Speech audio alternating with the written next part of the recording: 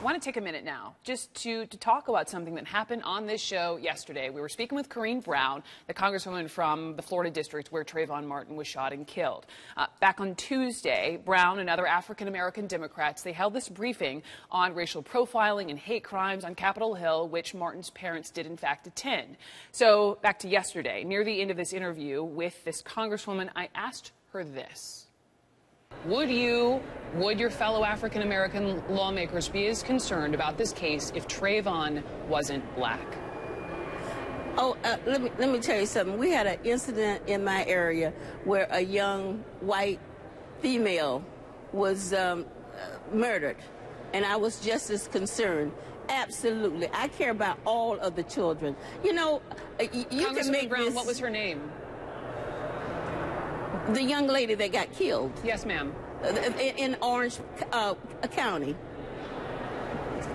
What was her name? Yeah, the young lady that got killed. No, the point of the matter is, I don't remember her name, but we had all kinds of rallies in the community in Jacksonville that I participated in, and I made sure that the sheriff department had the money that they need to pursue the case. So just don't try to act like this is just about this one black male. This is about all of the children.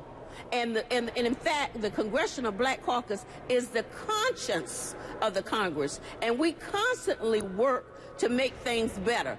And you know, I've served in this Congress for a long time, and I have seen what we call a reverse Robin Hood, robbing from the poor and working people to give tax breaks to the rich. We talk about it all the time. How can we elevate it? How can we make a difference? You're talking about deficits, but we're talking about investment in young people and how to give them opportunities. And yes, how to stop profiling. I mean, the point is, I really do believe to whom God has given much, much is expected. And we're here to try to make a difference for all young people. Congresswoman Corrine Brown, I often say, when America have a cold, African Americans have pneumonia.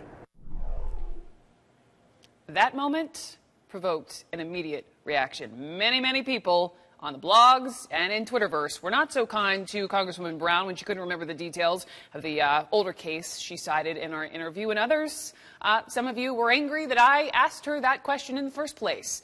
Later, the Congresswoman's office did send us some materials about the other case. And so it turns out she was talking about Summer Thompson, a 7-year-old girl who was kidnapped in Clay County, Florida in 2009 and found dead 2 days later.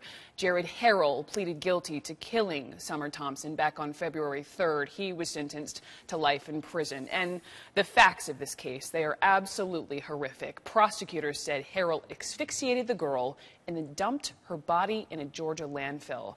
Brown's office says the investigation was costly. She fought to get more funding for it. We have spoken to the sheriff of Clay County, who did say that Brown was, and I'm quoting, very helpful to the investigation. He estimates that she brought in just about $150,000 to help cover the cost of things like officers' overtime.